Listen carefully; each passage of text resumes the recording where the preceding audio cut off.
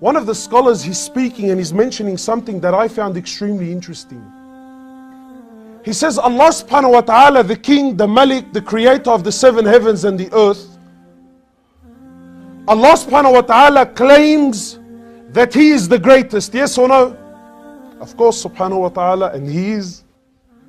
And He claims to be the most forgiving, the most loving, the most just, yes or no? Of course, subhanahu wa ta'ala claims, and we've accepted those claims and we believe those claims. So now the scholar is asking, and please look how deep this is. So now the scholar says, well, okay, fine.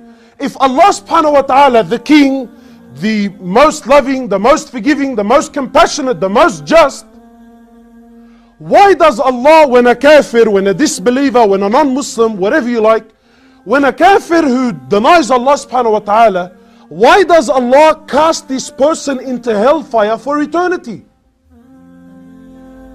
Really, if we're going to think with logic and reason, the man disbelieved in you, oh Allah, for 60 years. Let's say he died at 60. But Allah throw him in hellfire for 60 years? Fine. The punishment, his crime was so great, double his punishment. Give him 120. But why are you casting him into hellfire for eternity? It's interesting, isn't it?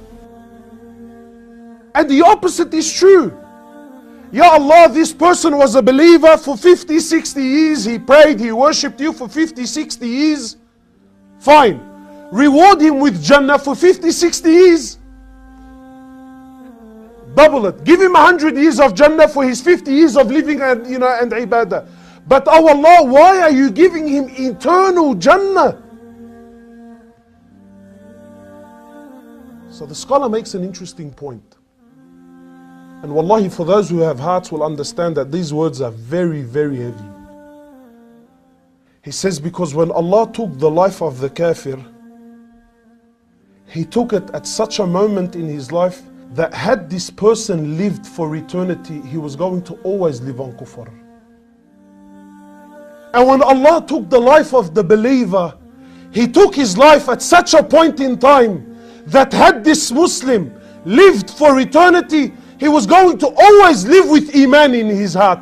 That's why Allah gives him eternal Jannah, and that's why Allah Azza wa Jal gave this person eternal punishment in hellfire. So my question to you today is, if you and I die today, which is a very real reality, regardless of what your heart tells you, if you and I die today without salah, what does this say in the books of Allah? You know what that says, my brother? That had you lived for eternity, you were never going to pray. And that if you died without Quran in your life, you know what that means? It means you were never going to read Quran. So don't kid yourself. And wallahi, my brothers, again, we need to come back. How am I living my life? Where am I going with my life? And how will I live? And when Allah subhanahu wa ta'ala takes my soul, in what condition will it be in? Really, is it a soul that Allah is pleased with? Is it a soul that the angels are pleased with? Or am I going to be a soul that Allah subhanahu wa ta'ala is displeased with?